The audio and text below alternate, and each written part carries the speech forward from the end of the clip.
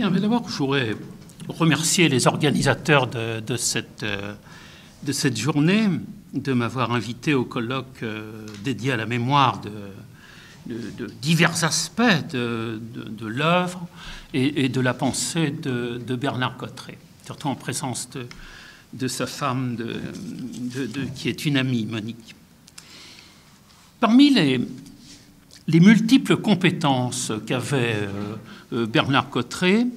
fin linguiste admiré par ses pairs, historien reconnu du protestantisme anglais en particulier, et doté par là d'une immense culture chrétienne, il n'avait pas non plus négligé celle de lire ou d'avoir lu les philosophes anglais. Alors, certes, dans un souci d'histoire de la philosophie, mais aussi imprégné, on pourrait dire, de leur pensée, pour poser les problèmes et esquisser des solutions pour notre temps. Il avait compris dans la philosophie politique et éthique anglaise cette balance qui existe depuis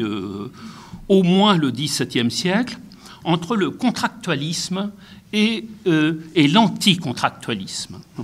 Ce dernier étant peut-être beaucoup plus développé outre-Manche que sur le continent. Quand bien même l'utilitarisme manquait à Bernard Cotteret, ses travaux à la Bibliothèque nationale portaient dans les mois qui ont précédé sa mort prématurée, ces travaux comportaient la lecture de Bentham. Et je m'étais engagé à lui montrer les textes clés des utilitaristes pour le chapitre qu'il préparait à ce sujet dans le livre qu'il écrivait sur les Lumières avec Monique. Mais quand bien même donc cet utilitarisme manquait, si je puis dire, il n'avait pas besoin de cette connaissance pour voir nettement, en dépit de son admiration pour Locke, pour le philosophe John Locke, les limites de son contractualisme dont il serait probablement parti. Locke envisageait volontiers les rapports de citoyenneté sur le mode du contrat. Et pour résoudre ce qui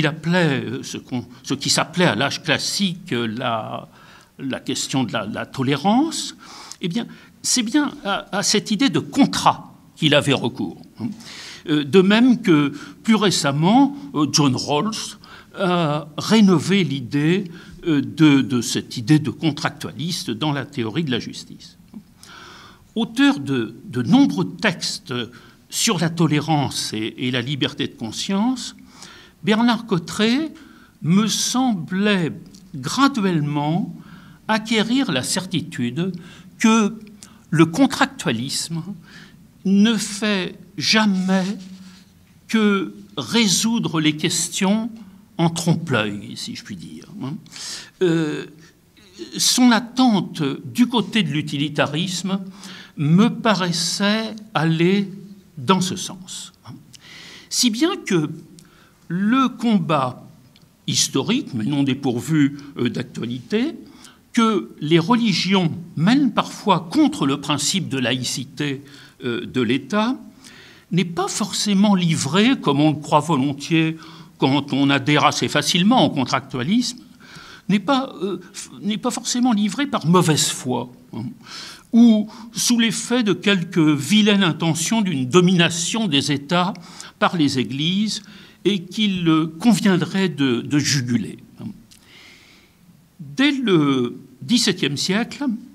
l'État moderne, tel qu'il est conçu par Locke, ou par Spinoza d'ailleurs, exige de la part des religions qu'elles fassent une scission entre ce qu'on pourrait appeler le symbolique, qui n'est autre que le contenu de leur discours privé de son passage à l'action, et la croyance. Et la croyance qui, elle, porte à l'action conforme à cette symbolique, et qu'il s'agit de contenir de telle sorte que tout passage à l'acte soit scrupuleusement conforme à la loi et à ce que commande le souverain ou la communauté étatique. Mais force est de constater que, avec les meilleures raisons du monde, faisant 2 poids, 2 mesures, cet État moderne ne se soumet pas lui-même au régime de scission du symbolique et de la croyance auquel il soumet ses membres, et il s'en accepte en s'arrogeant en dernière instance le monopole d'une croyance, sous prétexte de n'en avoir aucune et de n'en soutenir aucune. L'État moderne s'octroie au nom et au profit d'une conception de l'humanisme, il s'octroie ce monopole, au profit d'une conception de l'humanisme qu'il feint de croire tellement fondamentale que nul ne doit manquer d'y sacrifier, quels que soient les dogmes dont il se revendique par ailleurs. Or, dès lors que l'on reconnaît en chacun, dans ses opinions et dans ses doctrines, l'existence d'un certain jeu de liaison et de déliaison entre leur symbolique et les croyances auxquelles elles donnent lieu, on ne voit pas pourquoi l'instance étatique qui s'autorise de la nécessité de l'ordre, de la paix, de la sécurité civile, de la liberté aussi garantie à chacun, échapperait à cette dialectique et exigerait pour elle seule que ce qu'elle énonce soit cru bon, soit cru en quelque sorte par tous, que ce soit de bonne ou de mauvaise foi. Exiger que la croyance qui conduit à une inscription dans le réel soit telle que chaque croyant soit contraint de sacrifier à une structure de contrat qui ne lui sied guère dans tous les cas,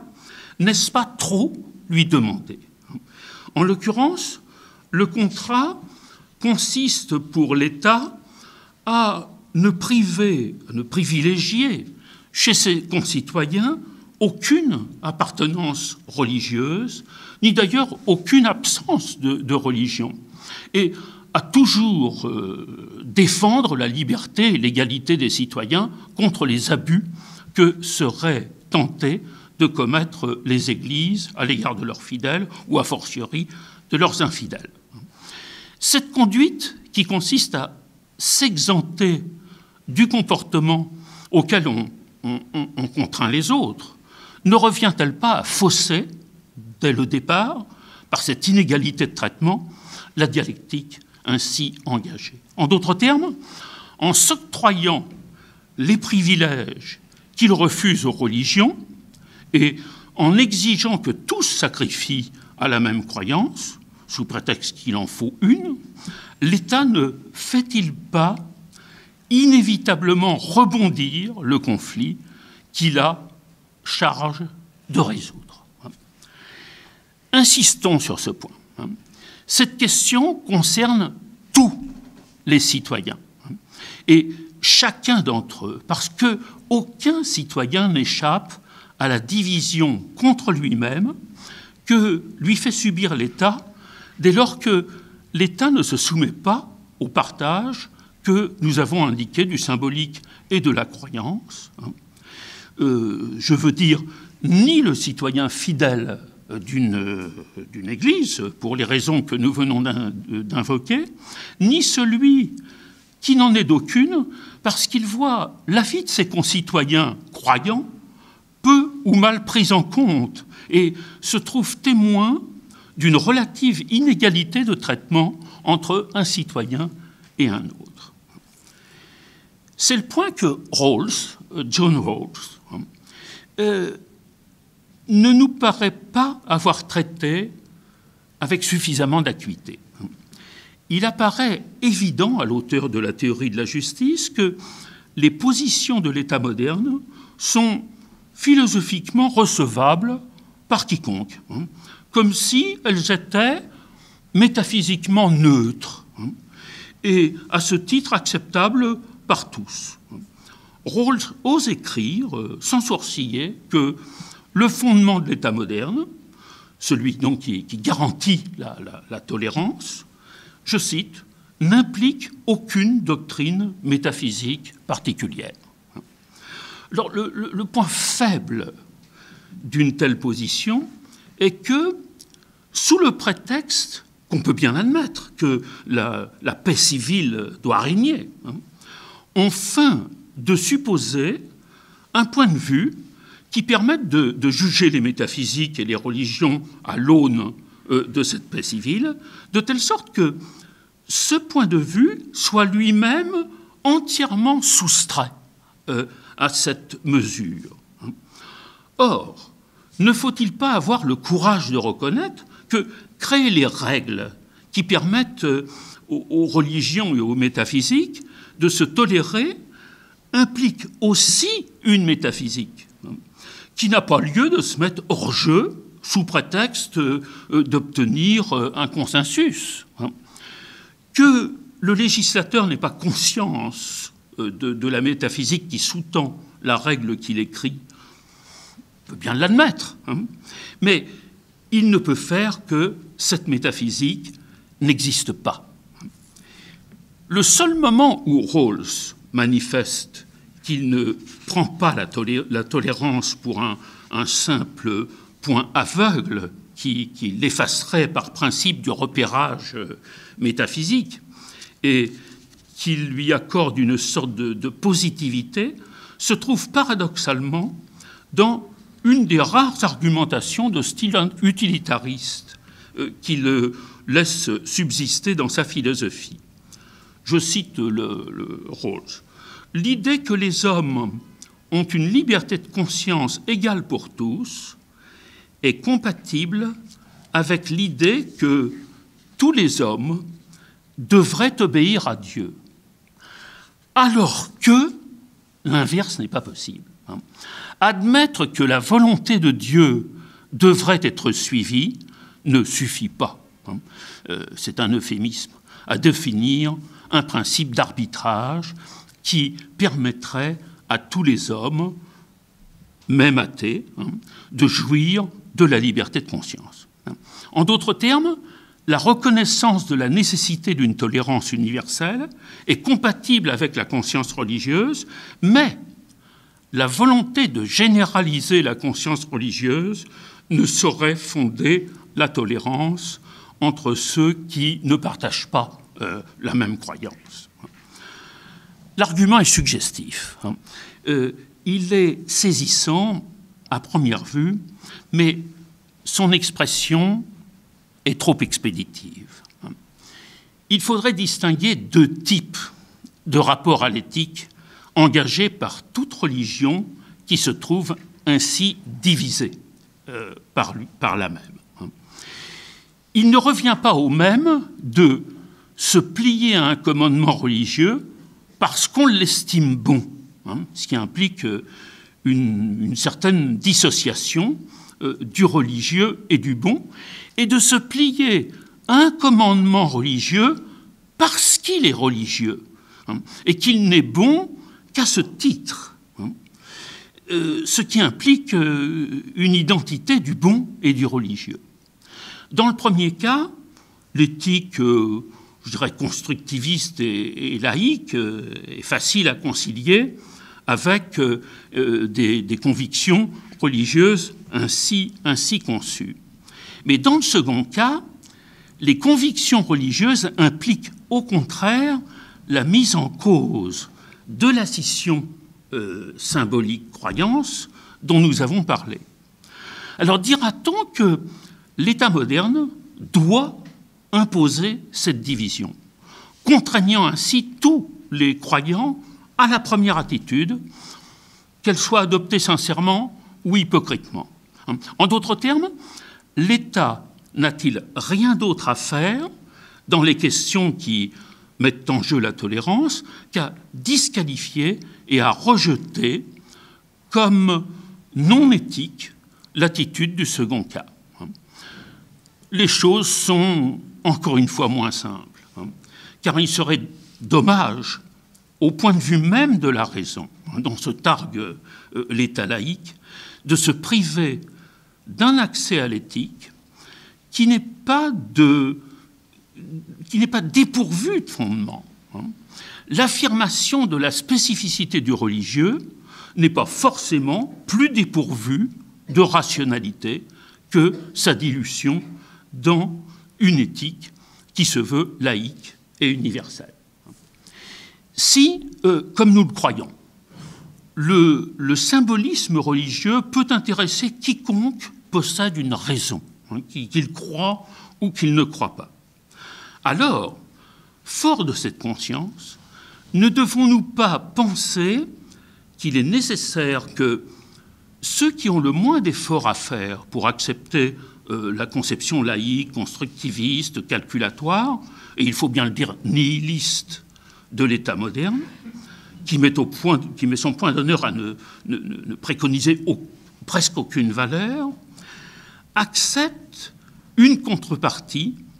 par une attitude particulièrement attentive à une certaine nécessité du religieux, d'abord à son symbolisme, puis à la croyance qui s'inscrivent tous deux dans tout usage du langage. Si les religieux dogmatiques ne doivent pas rendre la vie impossible aux non-croyants, les incroyants doivent au moins accepter l'existence de lectures religieuses, je dirais, en rebond, ou en réflexion des principes d'éthique, et tenter eux-mêmes de comprendre le symbolique et le ressort religieux en faisant une place au symbolique d'une certaine façon, par exemple dans l'éducation. Ce rebond, cette réflexion de lecture qui relance le débat là où on croyait parvenir à des solutions, ne peuvent manquer d'avoir une incidence sur le fonctionnement même des lois, de la déontologie et de l'éthique, qui se trouve par là, qui trouve par là un affinement indéfini de leur position. Car si les éthiques et les lois de laïcité se trouvent jusqu'à un point prises au piège des religions par cette relecture à rebours, les religions sont elles aussi sommées de se raffiner, de prendre sur leur propre dogme le point de vue de ceux qui ne partagent pas leur foi. Et c'est bien dans cette dynamique-là que se trouve la condition de fonctionnement des délibérations et des décisions des États modernes, comme des conseils qu'ils autorisent. Je conclus donc maintenant. On remarquera que nous ne sommes pas sortis de la sphère des auteurs, alors je ne dirais pas anglais, puisque j'ai cité Rawls, qui est américain, des auteurs anglophones, pour poser et commencer à résoudre les problèmes de tolérance et de laïcité. Il y a, je dirais, dans la philosophie anglaise, et peut-être anglophone, on pourrait dire plus largement, des ressources inépuisables de discussion qui permettent de faire bouger toute position doctrinale. Et c'est sans doute cette fine connaissance et cette pratique historique, linguistique, philosophique qui traversait et animait Bernard Cotteret, qui ne pensait pas à partir de positions en vue de les défendre. Une culture de la discussion des idées, comme l'est peut-être de façon caractéristique la culture anglaise, voire plus largement anglophone, ne peut se satisfaire de justifier des convictions, car c'est dans la discussion même des idées qu'elle puise ses convictions. Voilà, je m'arrête ici. Je vous remercie.